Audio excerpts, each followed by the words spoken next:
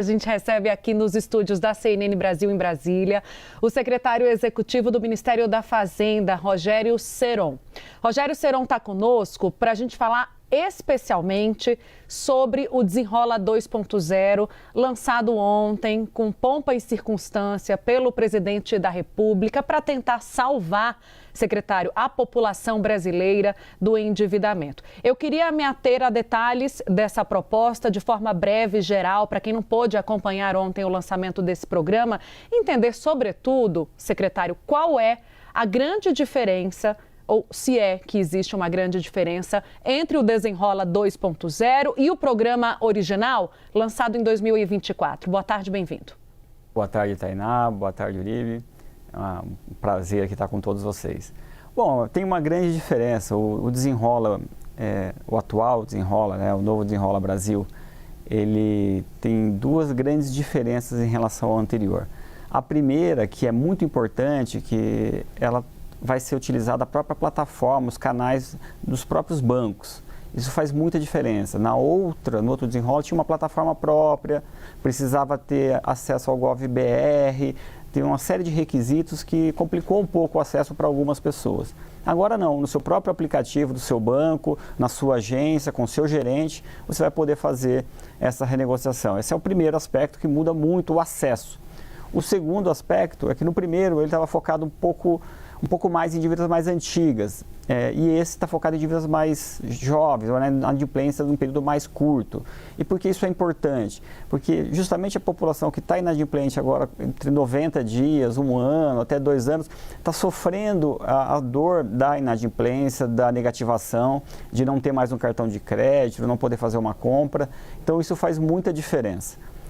Poder resgatar essas famílias, essas pessoas e voltar elas para a adimplência, dar acesso a elas ao sistema novamente, a ter o seu cartão de crédito, isso faz muita diferença. Tem um aspecto reputacional, de autoestima e tem também, obviamente, de uma recuperação da adimplência que é muito saudável e interessante. Então, essas duas são duas grandes diferenças aí de forma bem breve.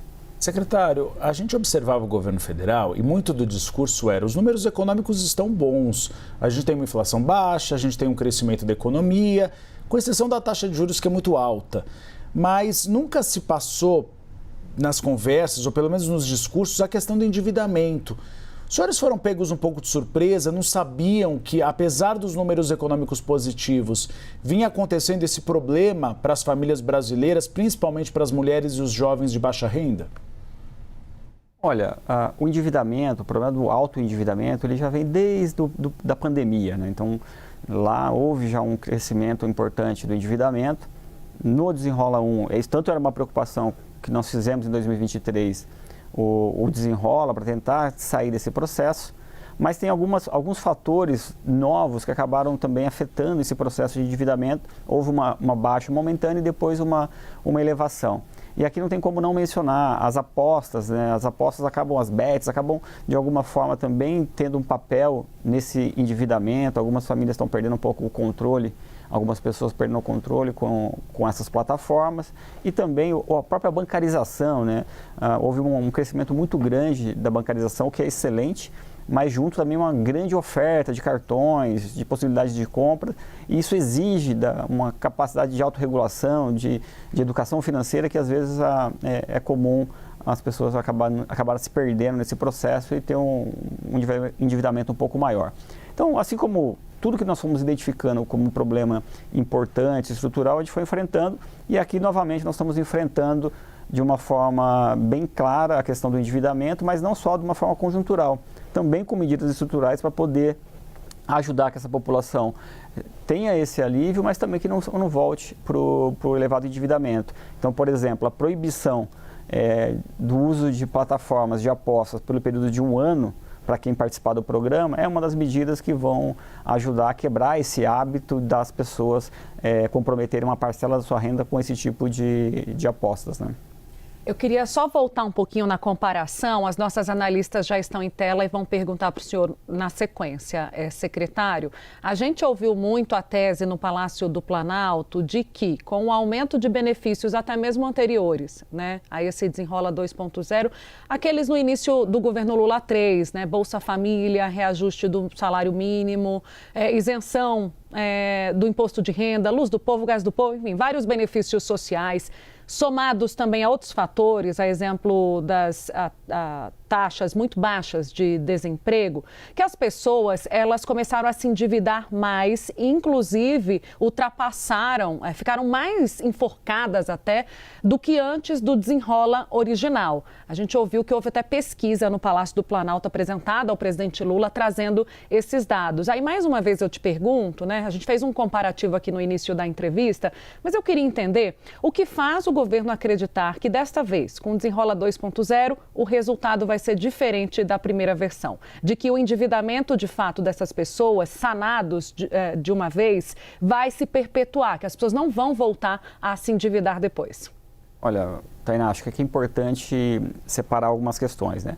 O endividamento em si, dentro de um patamar razoável, ele é saudável. O endividamento para aquisição de patrimônio, uma casa, um veículo, as compras ali no seu cartão dentro de uma razoabilidade, faz parte da vida e está tudo bem, isso é até saudável. O problema é quando ele atinge o patamar que compromete a renda de uma forma tão significativa que acaba ocorrendo a inadimplência e isso realmente aí não entra numa seara não saudável.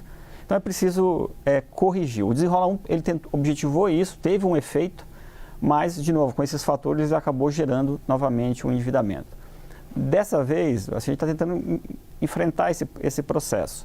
De novo, fazendo um Desenrola mais potente até do que o anterior, com a capilaridade dos bancos, nos próprios canais, ele deve atingir um número maior de pessoas. Tem a possibilidade do uso do FGTS para quitação das dívidas, isso também é importante, porque lá atrás as pessoas renegociou, ela parcelou, mas também depois talvez ela não conseguiu pagar, honrar aquela operação integralmente. Dessa vez ela vai poder pegar o FGTS e quitar a operação, quitar parte das parcelas. Então isso ajuda realmente a aliviar de forma definitiva. Ou a questão de proibição das apostas também é algo que teve um papel para crescer o endividamento no período recente. Então ter essa atuação conjunta com a proibição do uso dessas plataformas vai ajudar que eles não se endividem novamente para fazer apostas, comprometer renda para apostas e nos casos mais extremos, pegar operações de crédito para fazer apostas. Então, com isso, a gente acredita, de fato, mais investimento em educação financeira. Nesse programa, as instituições financeiras vão ter que destinar 1% de tudo que renegociar em ações pactuadas, em projetos pactuados com o governo federal de educação financeira para a população. Então, isso é algo que leva tempo, mas precisa ser feito, para que as pessoas tenham mais consciência e possam fazer escolhas conscientes, né? O endividamento ele não é ruim, desde que ele seja feito dentro do que é possível suportar com a renda disponível daquela família ou daquela pessoa. Secretária, eu vou chamar a nossa Larissa Rodrigues para fazer uma pergunta. Tudo bem, secretário? Que bom recebê-lo aqui. Eu queria voltar um pouquinho na questão das apostas, né, que a Tainá e o Uribe já falaram com o senhor. Tem dois detalhes que eu tenho escutado muito de questionamentos. O primeiro, o quanto essa medida de proibir, né, que as pessoas que tenham acesso ao Desenrola de continuarem apostando pelo seu CPF, pode ser de fato uma medida com um efeito imediato. Primeiro, quem é viciado, quem tem problema costuma usar outros CPFs e há uma discussão se é possível voltar atrás da regulamentação das apostas no Brasil e eu sei que essa pasta das apostas também fica ali dentro do Ministério da Fazenda, eu queria entender isso com o senhor.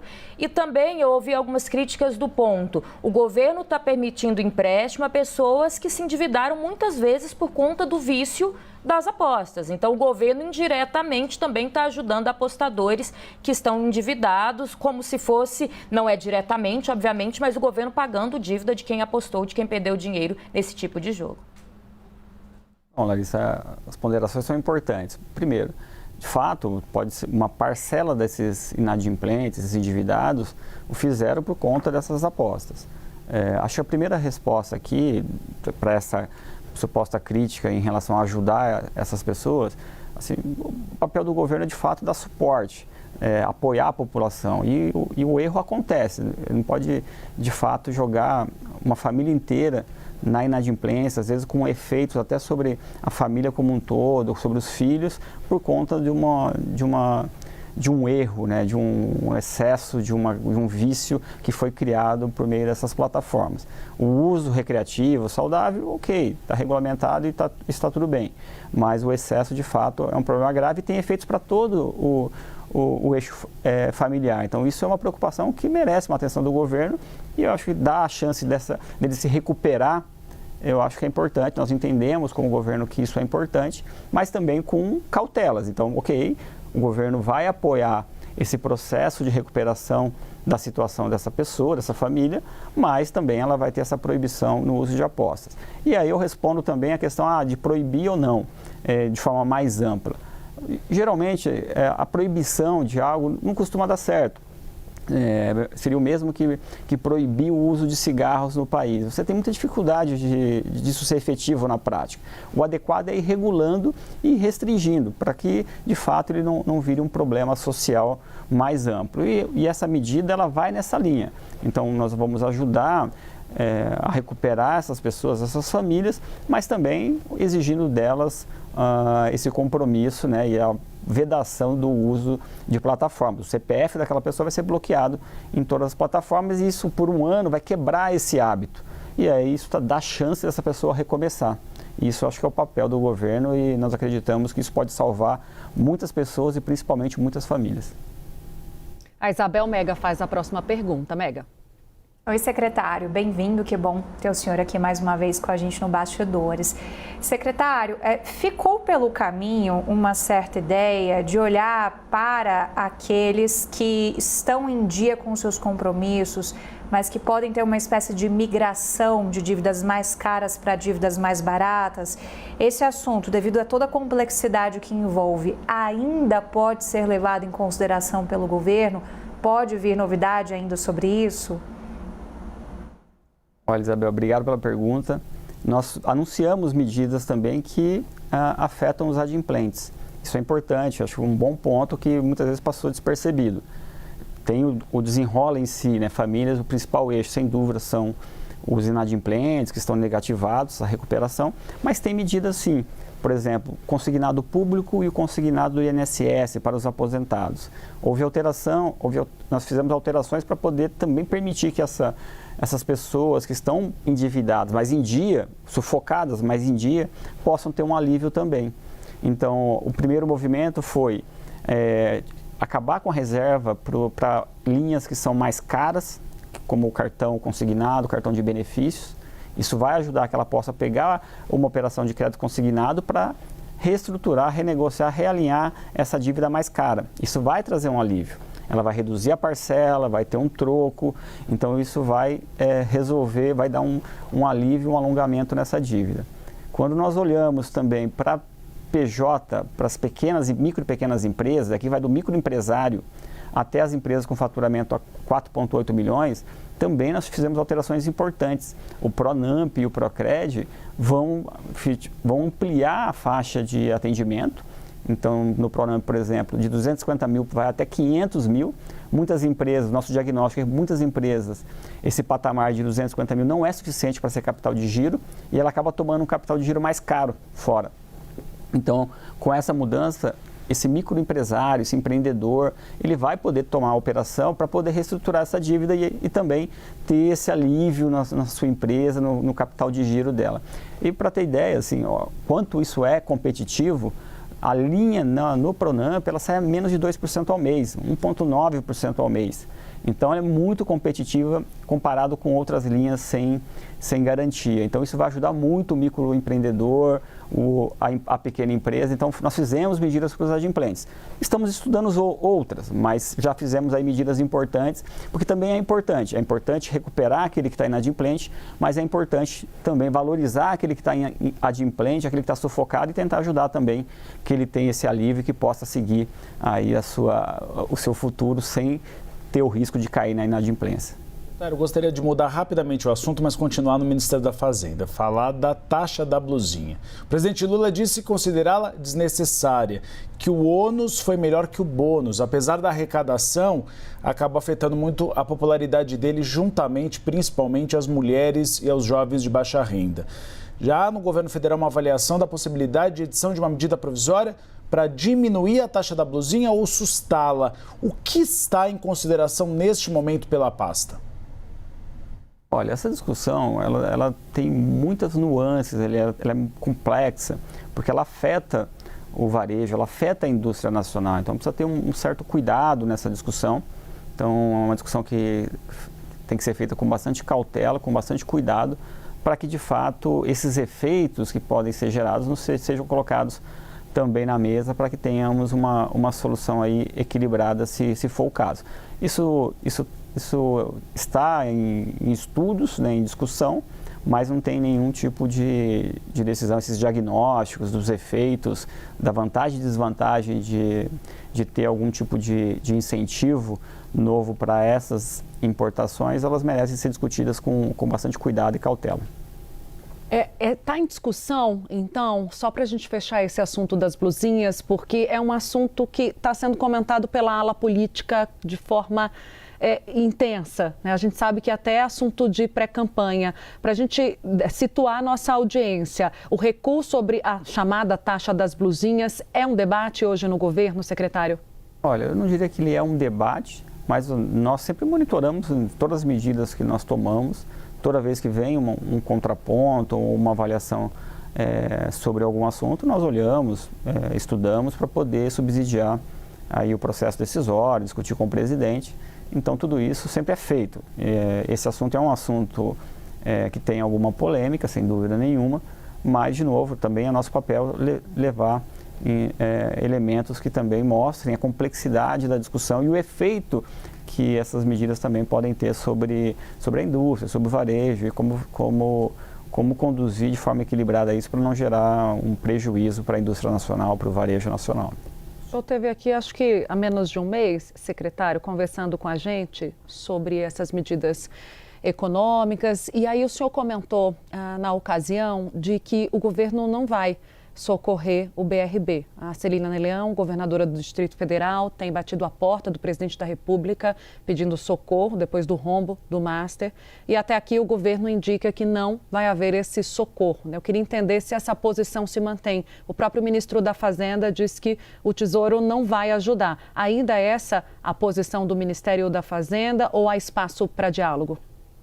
Olha, o próprio ministro ontem ele comentou sobre a possibilidade de pensar num mecanismo de exceção para poder conceder essa garantia, desde que o Distrito Federal oferecesse como garantia o Fundo Constitucional do DF, por exemplo, que é uma garantia muito forte, robusta e poderia dar condições para pensarmos numa solução. Hoje, o GDF não tem condições de tomar uma operação de crédito com o aval da União porque não tem capacidade de pagamento. O rate, né, a variação dele, a capacidade de pagamento, ela é inadequada. Então, o Estado está numa situação de fragilidade fiscal e seria muito arriscado conceder essa operação dessa forma. Então, nós temos, para poder criar uma exceção a isso, de fato, a gente teria que pensar numa solução que envolvesse uma garantia mais robusta.